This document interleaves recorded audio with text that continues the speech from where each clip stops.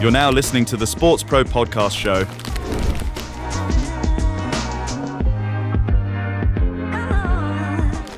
Hello and welcome to the SportsPro podcast. This time 10 years ago, Leicester City were on course to win the Premier League, Lord Lucan had been declared dead, and I still had a sensible haircut. But it was also when Gianni Infantino was elected president of FIFA. So what has 10 years of his leadership given football? For all the commercial growth and modernisation efforts, there's also been controversy over governance and ethics, as well as concerns about the blurring of sport and diplomacy. We'll be looking at the good, the bad, and the occasionally ridiculous from Gianni over the last decade. There's also the quiz nobody asked for, a vital plumbing update from Steve, and that's the SportsPro podcast, the show breaking down the stories shaping sport. Today, I do not feel Qatari, but I do feel this episode could be a good one. So joining Gianni in red-haired solidarity, it's SportsPro editor Steve McCaskill. Hello, Steve. Hi, we're going to need to have an editor's note to see who Lord Lucan is. I think that's going to go a lot of people's heads. Very niche, the references. Very niche, yes. Check your history. 2016, February, that was when he was legally declared dead. A man who may not have bumped into Mr. Infantino while holidaying in Switzerland, it's SportsPro reporter Josh Sim. Hello, Josh. Hello. No, I haven't come across Gianni Infantino. And back after his coup to permanently host the podcast failed, back as a panellist is SportsPro head of editorial Sam Karp. Etu Sam. Plenty of time for more coups, Ed. That was just the first of many in store. Welcome back for now. First warning shot. Gents, we've got a lot to discuss, and so let's go all the way back to 1970 in the town of Brig when... Did I pronounce Brig right, Steve? Not even close. So it's February 2016. Gianni Infantino has been elected president of FIFA on an initial 3-year term, replacing Sepp Blatter, who'd resigned amid an ongoing corruption scandal. Sam, it's fair to say all was not well at FIFA when Infantino was elected. What did he inherit when he got the job? Where do you start, really? God. How long do you have, Ed? How long do you have? A mess is what he inherited. Yeah, FIFA was very much on the floor, as you say, on the back of this corruption scandal, which kind of culminated in May 2015 with a raid of a hotel in Zurich. Evidence rounded up along with 7 FIFA executives at the time, I believe. And yes, Sepp Blatter had to relinquish his position as FIFA president.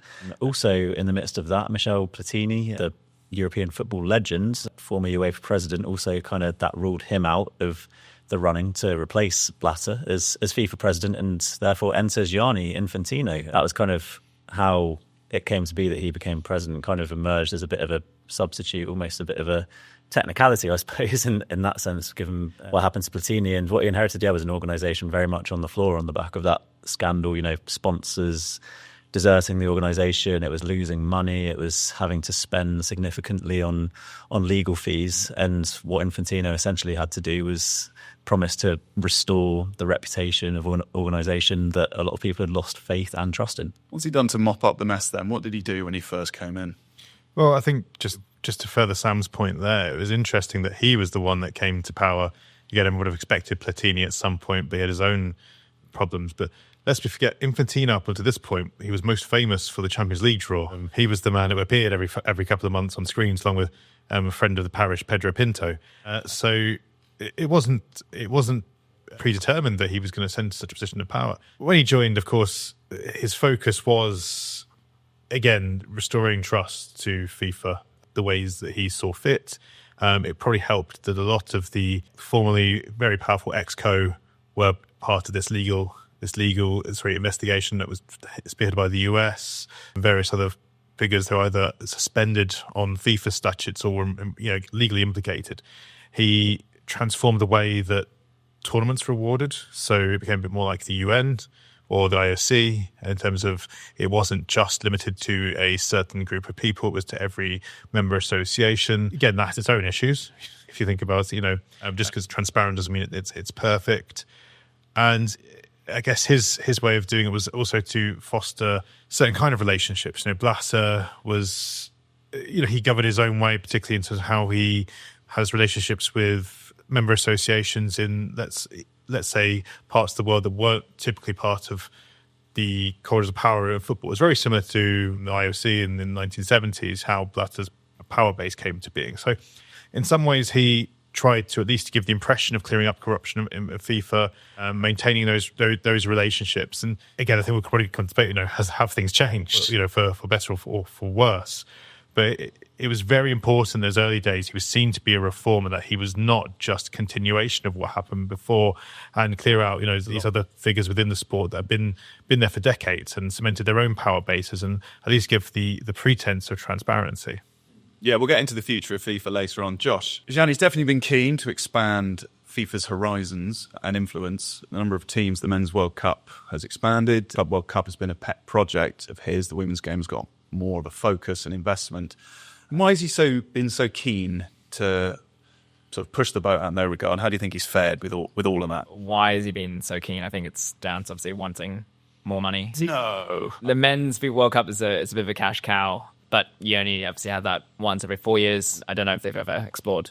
I feel like they've maybe tried to explore it once every 2 years. I can't remember. But yeah, that being once every 4 years means that you either put more teams in and you expand it to have more games and more broadcast deals, sponsorship deals, etc. Or you look at expanding, bringing in new tournaments, as you said, the Club World Cup, and try and sort of cash in on the club game, which FIFA doesn't really have too much of a say in, obviously, other than setting sort of the governance and rules. They don't sort of run those competitions that are like sort of your Champions Leagues and domestic leagues in the world. And then, with the rise of women's football and it becoming more of a commercial proposition, it again has seen an opportunity to sort of get in at the forefront and sort of take its business even further. So yeah, that's why it's expanded it. In terms of whether it's been successful so far, we will see with the upcoming FIFA World Cup. I think the Club World Cup at the moment, I'm not too sure. I mean, I don't. As in, jury's still out. I think so. I'm trying to work. I mean, obviously it generated some buzz, but I don't know. It was a sort of at a time when most people were looking to take time off football in the summer.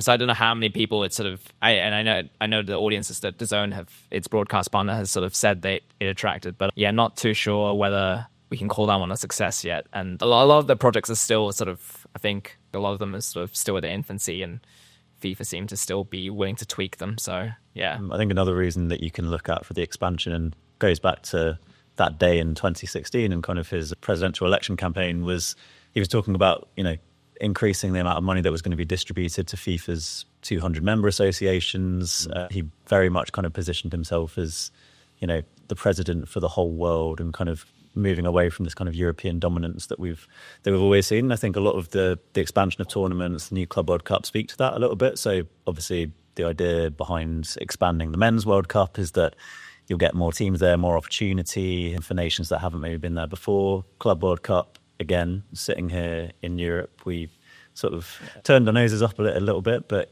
in nations like Brazil, for example, and other countries where they don't necessarily get the opportunity to play against the sort of the European teams, it still felt like a big thing. And so I think in terms of maybe one of the potentially ulterior motives for doing that was to kind of drum up some favour, drum up some support in those confederations where, if we're really sort of dumbing it down, there's more countries and more potential votes there to retain his position as FIFA president. So I think that's definitely something that can't be ignored when we're talking about these new tournaments, new initiatives that Infantino has rolled out. A lot of it has been targeted at supporting those other nations. Again, it's the IOC playbook. Again, if we're dumbing it down, I think there's 49 members of UEFA, and there's about 200 and let's say 10 members of FIFA.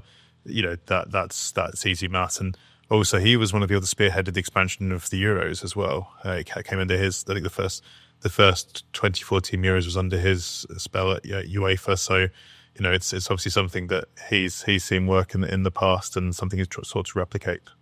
Yeah, he's consolidated his power base, hasn't he? I mean, it's sort of, you touched on it earlier, Sam, but it was a mess when he came in. FIFA's future itself was, being called into question. So yeah, he's focused on restoring financial stability and governance structures there. Do we think he's done a good job? I mean, FIFA's definitely richer. I don't know how you approach that question, really. I mean, if you're looking at the punters, then yes, it's unequivocally, absolutely. He's expanded key revenue streams, unlocked new ones. I think you have to say that, again, as Sam said, we may have turned our nose up a little bit, but the Club World Cup was a success in the sense that there's going to be another one.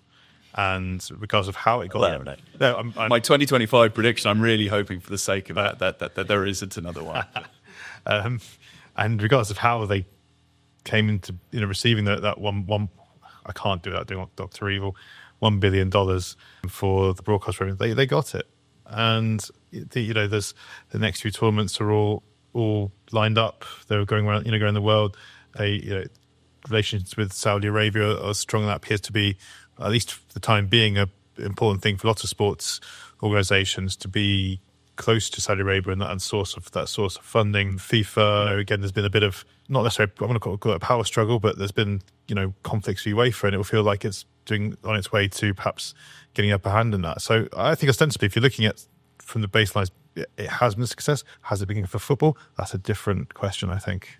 Yeah, I think on that, has he done a good job would definitely depend on who you ask. To Steve's point there about UEFA, he has very much put FIFA on a kind of collision course and caused tensions with lots of other stakeholders within the game. That part of a byproduct of this expansion of existing tournaments and rolling out new ones has been that they're kind of FIFA's further encroaching on other people's other organisations' areas. It's encroaching on the calendar, which has been a massive talking point during his tenure, and also kind of falling out with players as well. There's concerns over player workload, which we've seen come to a head with FIFPro and European leagues launching a lawsuit a couple of years ago.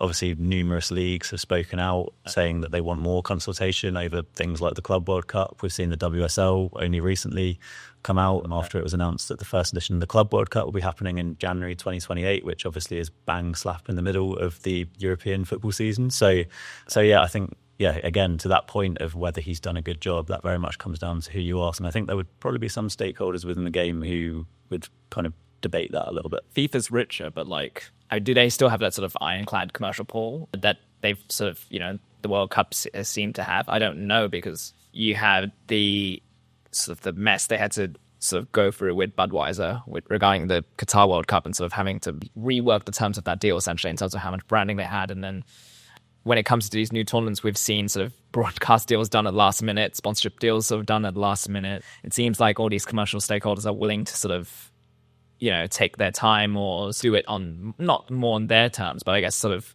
are not sort of rushing to get all these sort of commercial deals done in a way that maybe FIFA would have done previously. So they're still richer, so that's a success, I guess. But whether they still have the same sort of commercial pull, I'm not too sure. I think if you're looking in terms from a partner perspective, I think they are. It's just the centre of the moving eastward. So you're looking in the Middle East, you're looking at, again, which is why I said it made sense for them to get close to Saudi Arabia. It's a new source of sponsorship. You look at Chinese companies as well, looking to make that global play. And another area I do think has been a good thing about his tenure, but it may have happened anyway. I think in terms of digital and media and content, I think they've done a lot of good things to put themselves in a good position. Best mates with iShowSpeed, isn't he? Oh, they are such good mates. Today, no, I'm not going to do the Swiss accent again, but in terms of launch of FIFA Plus, I think was one of the best things FIFA's done in generation. Again, looking at Revenue Stream, doing a lot with, to be quite honest, not a lot of IP, if you think about it. It's got the branding.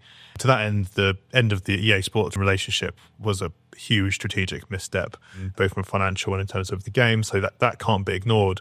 But the steps they've taken since then have actually all been very impressive in terms of how it's working with esports, in terms of how it's just embracing new technologies, I think has been impressive. So they're going to get a lot of stick. I might get a bit more stick in this discussion, but I genuinely think in terms of what sport has to do to stay relevant, they've been doing a lot of good things. So sometimes maybe good, sometimes maybe shit. To summarise, yes. Good. Well, that'll do for part one. We'll be back just after this. What's happening now and next in sports tech? As AI adoption accelerates rapidly, the inaugural Global Sports Tech Report from SportsPro and Sportradar reveals which technologies and trends are driving real business impact across 6 core areas of sport. Informed by a global survey of senior executives and insights from leading tech and sport organizations, the report offers a 360-degree view of what's working today and where the industry is headed tomorrow. Access the full report via the SportsPro website. You're now listening to the SportsPro podcast show. Welcome to part 2 of the SportsPro podcast, dubbed the potentially libelous section.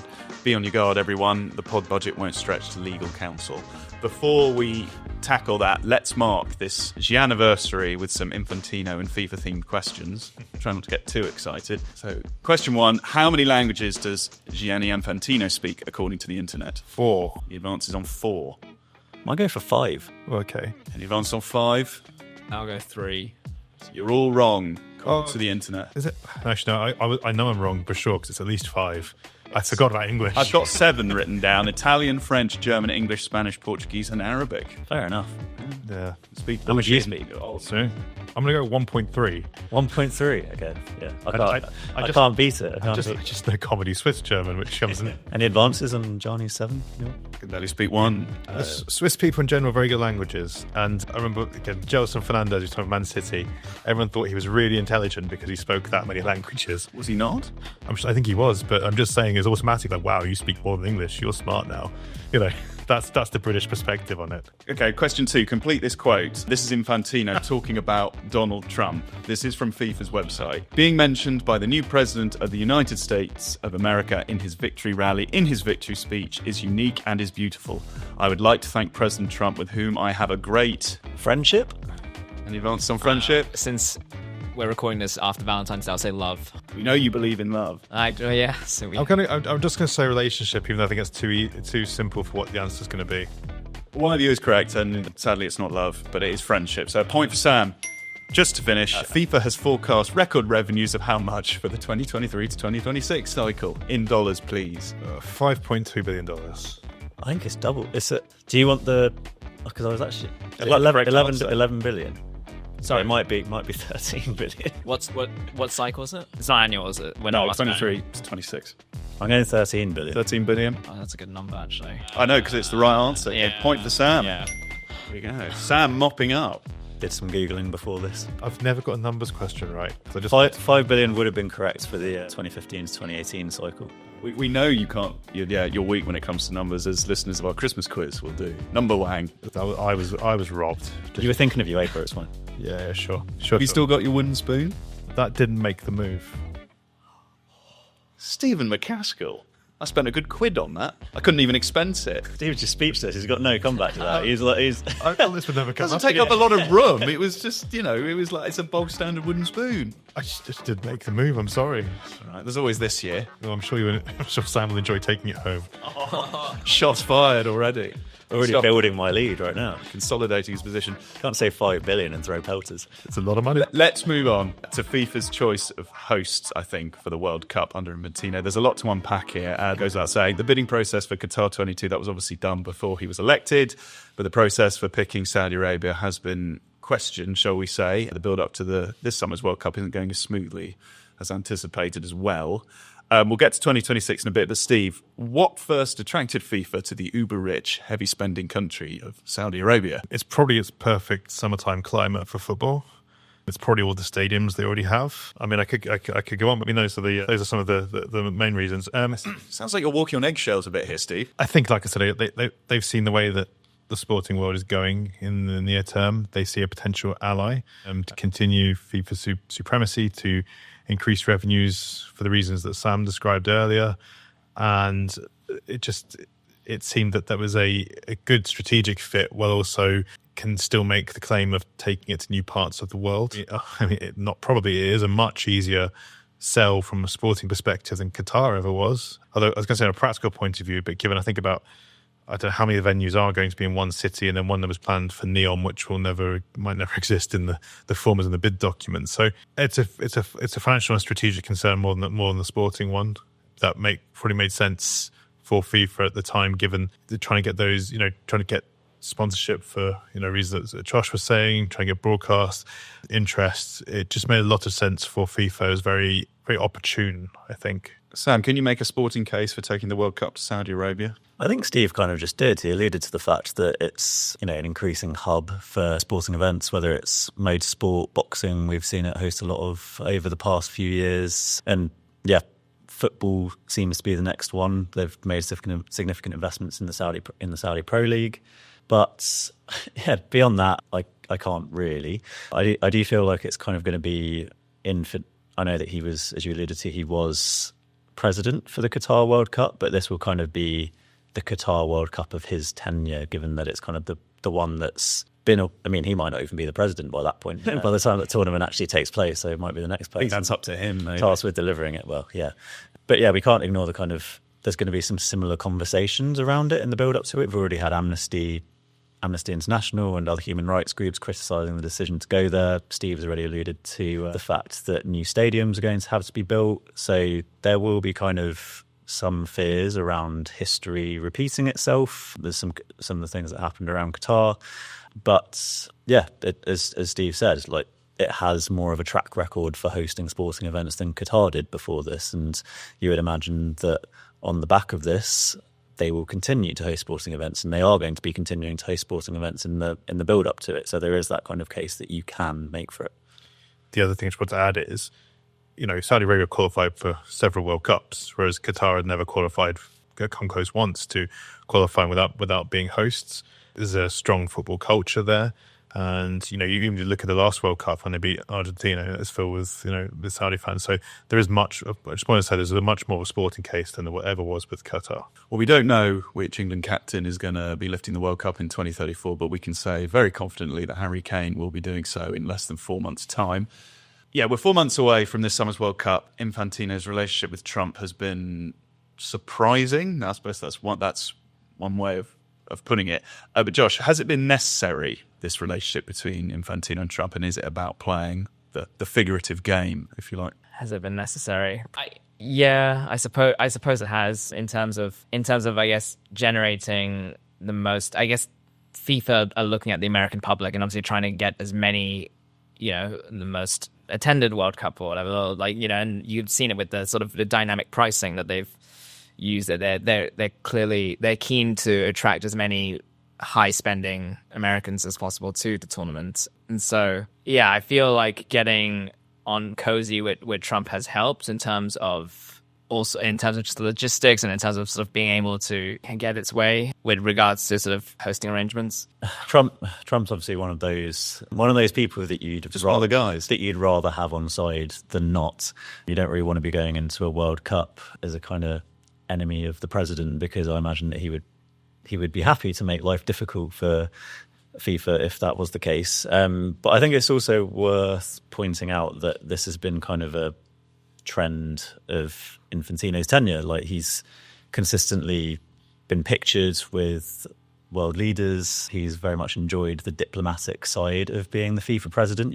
The Emir of Qatar, he was close with Crown Prince Mohammed bin Salman before that tournament was awarded to Saudi Arabia. He was consistently seen hosting him or pictured alongside him at events, even going all the way back to 2018, keeping up in the Kremlin with Vladimir Putin. So I think with Trump, what's happened is it's maybe gone one step further, and I think that's partly because of who Donald Trump is as well. I think he's open to having a little bit more of open to that sort of kind of the pageantry and the show that there is with it. But has it been that necessary?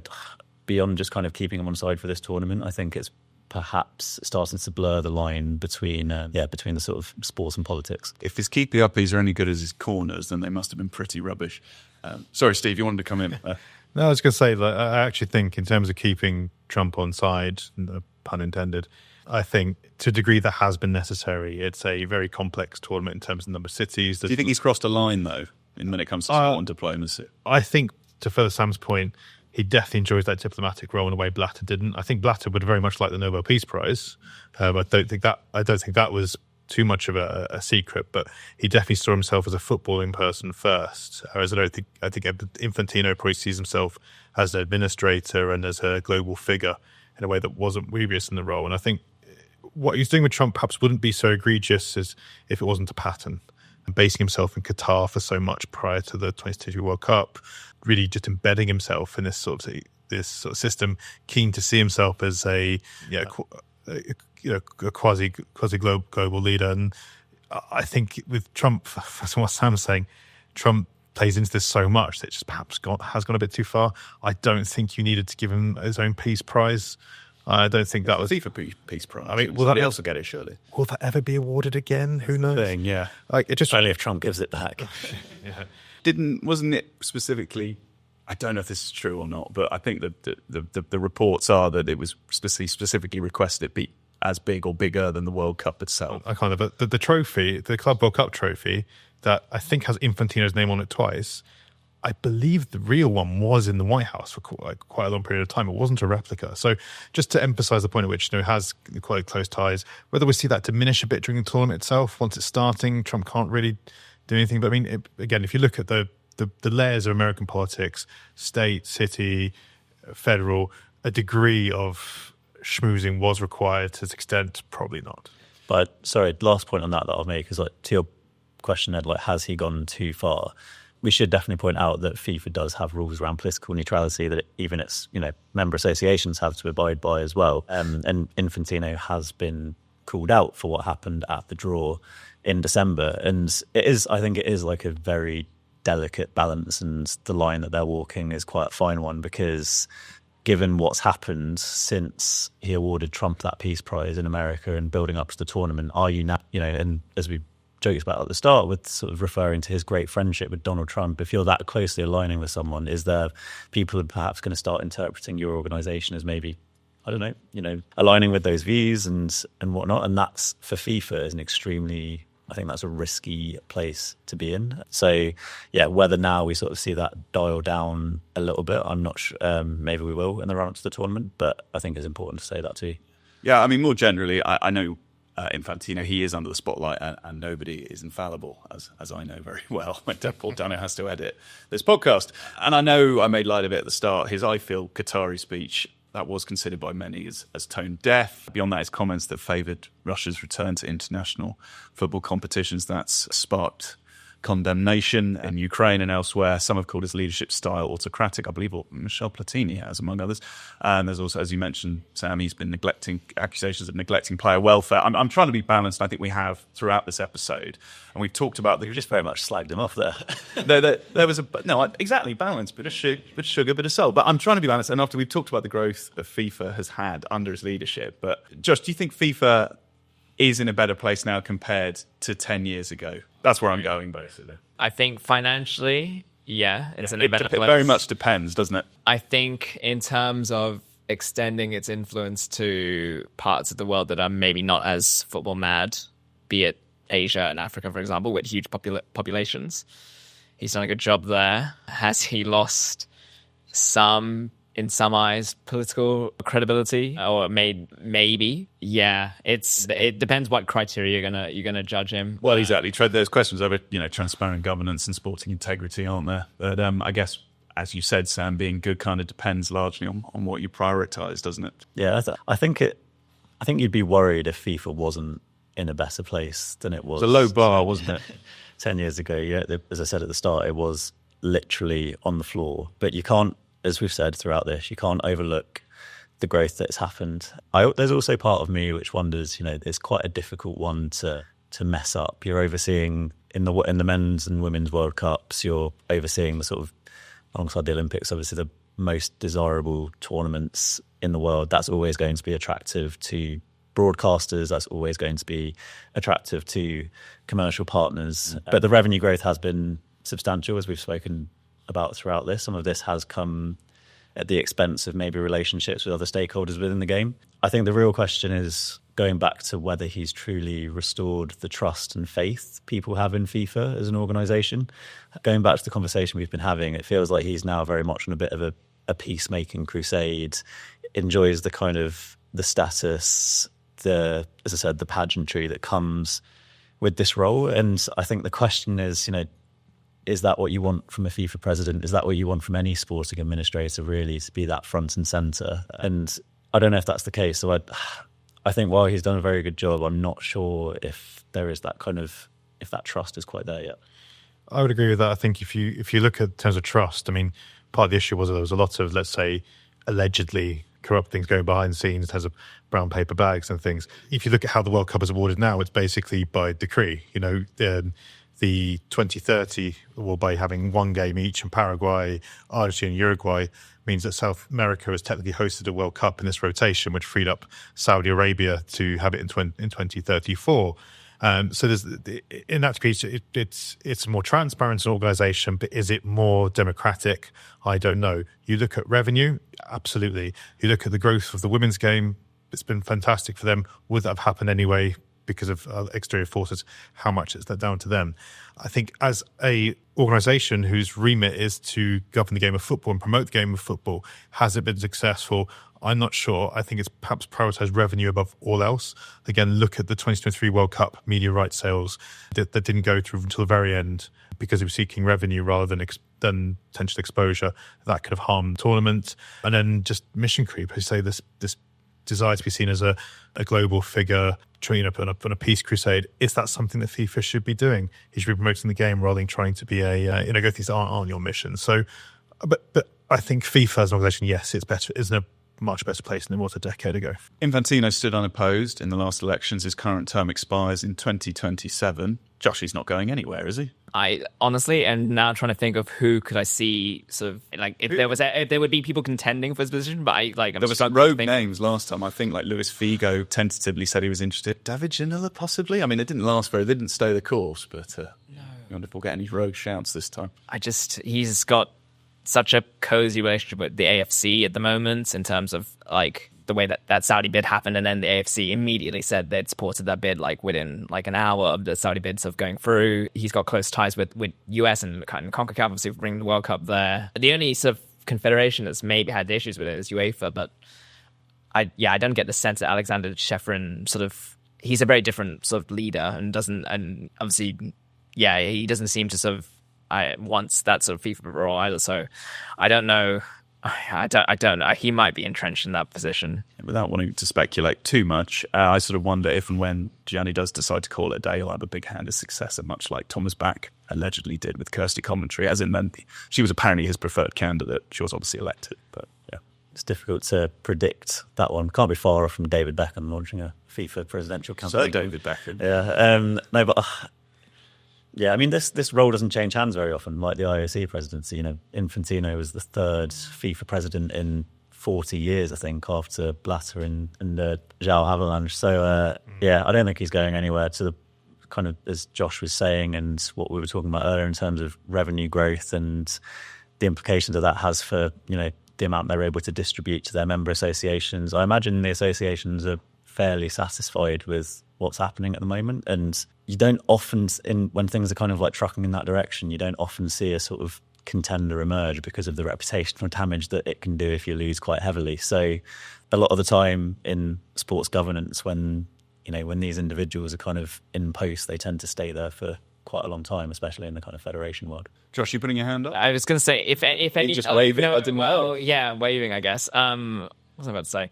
If anything, we've talked about all his ability to form these relationships with these leaders and sort of, foster ties to these countries. If anything, he's making himself even more indispensable for FIFA because they're reliant on his connections and his sort of personality-led leadership to sort of, have all these ties to all these countries and make it sort of easier for the organizations to sort of flourish. So if anything, is there anyone else who can command the same sort of contact book and the same relationships that he can, then it's hard to find one at the moment. So he sort of is becoming that one person that FIFA may be able to not be able to do without for the next few years. When you put your hand up, I thought you were going to put your hand up for the election in 2027.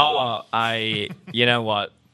I have ideas, but I'm going to keep them for a future pod. I mean, based on previous history, we should be looking right now at a grad school in Switzerland for the next bright young administrator who one day wants to become FIFA. Interest in football, optional. Well, like everything, we will see. We know where to look.